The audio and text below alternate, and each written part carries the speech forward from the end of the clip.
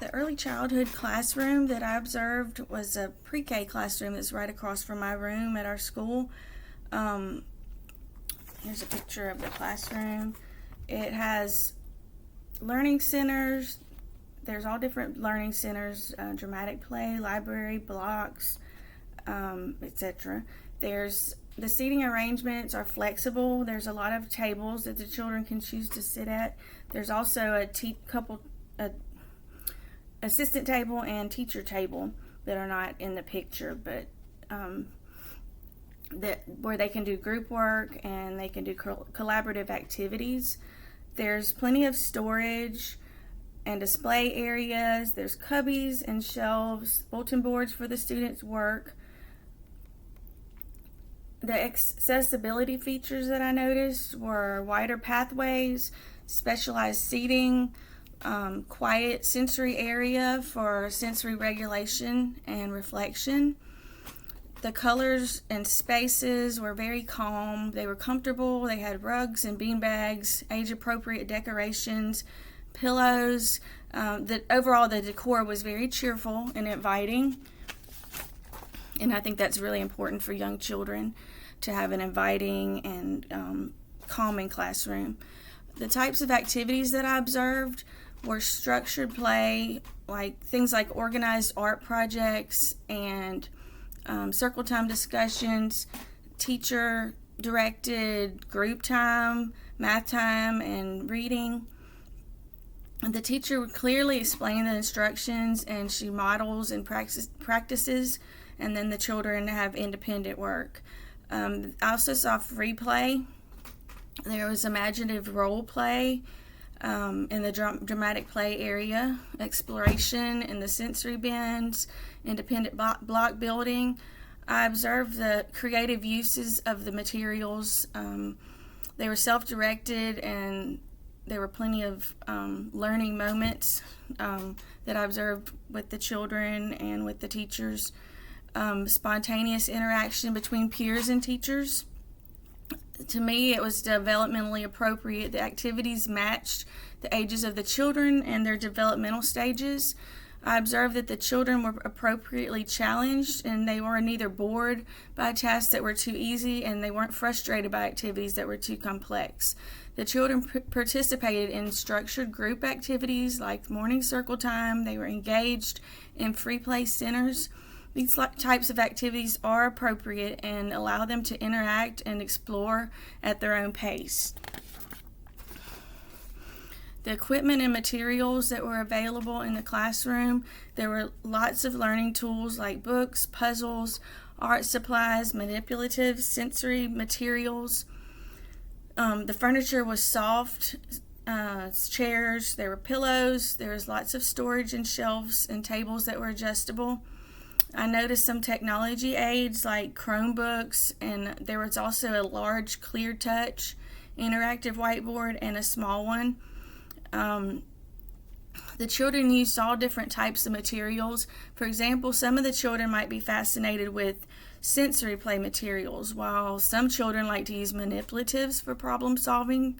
Materials are clearly organized, they're engaging, and they're easy to reach for all the children. The classroom has a large variety of supplies, including art, puzzles, manipulatives, games, sensory materials. The children I observed were using tactile items in ways that were creative and hands-on. The use of equipment and materials, they used the materials correctly in the way that they should be used, like puzzles for problem solving, art materials for creative expression, and books for reading. The potential for misuse, I did see some of the children throwing the blocks and handling the puzzles roughly, and so the teacher or the assistant, they would make sure that they would review with the children how to properly use the materials after they were misusing them. There were occasional instances where there was a little bit of rough play, but the teacher explained the safety concerns with students. When they misused the supplies, they practiced, and then they practiced again, and then she watched them use them appropriately. Overall, the supplies were used correctly in the classroom. Accessibility for children with disabilities. There was inclusive design. The classroom had visual aids, designated quiet zones, and areas that are sensory friendly. Children with developmental or physical delays can participate easily in all of these activities. The teacher and the assistant teacher use visual schedules and also one-on-one assistance as needed for support. I felt like the shelves were low enough and the pathways were clear. They weren't cluttered, and the seating was adjustable so that everybody could physically get to the materials that they needed.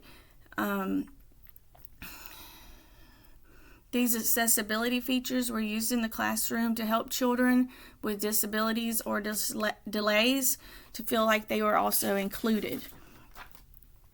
Some adaptations for special needs.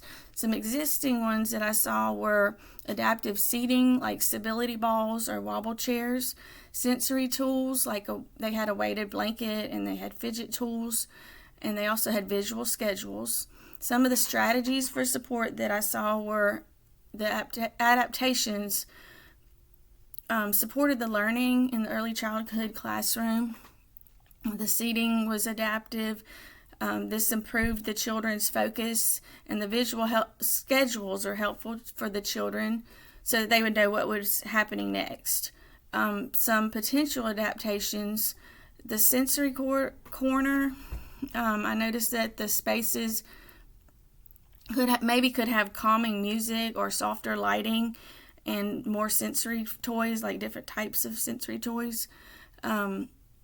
Physical adaptations, I thought there might be more shelves just to kind of sort the materials out so that the children could easily find what they needed and put them back to where they needed them to be. Maybe what picture would be helpful on the shelves. And the desks and the chairs were adjustable. Communication tools, there are resources for sign language, cards with pictures, tools with nonverbal children, and for interactive communication boards could possibly be used. Technology aids could probably be like interactive whiteboards or apps with different types of learning styles. And overall, the classroom was, to me, it would be easy for any child to come in the room and to learn and to be included. Thank you so much.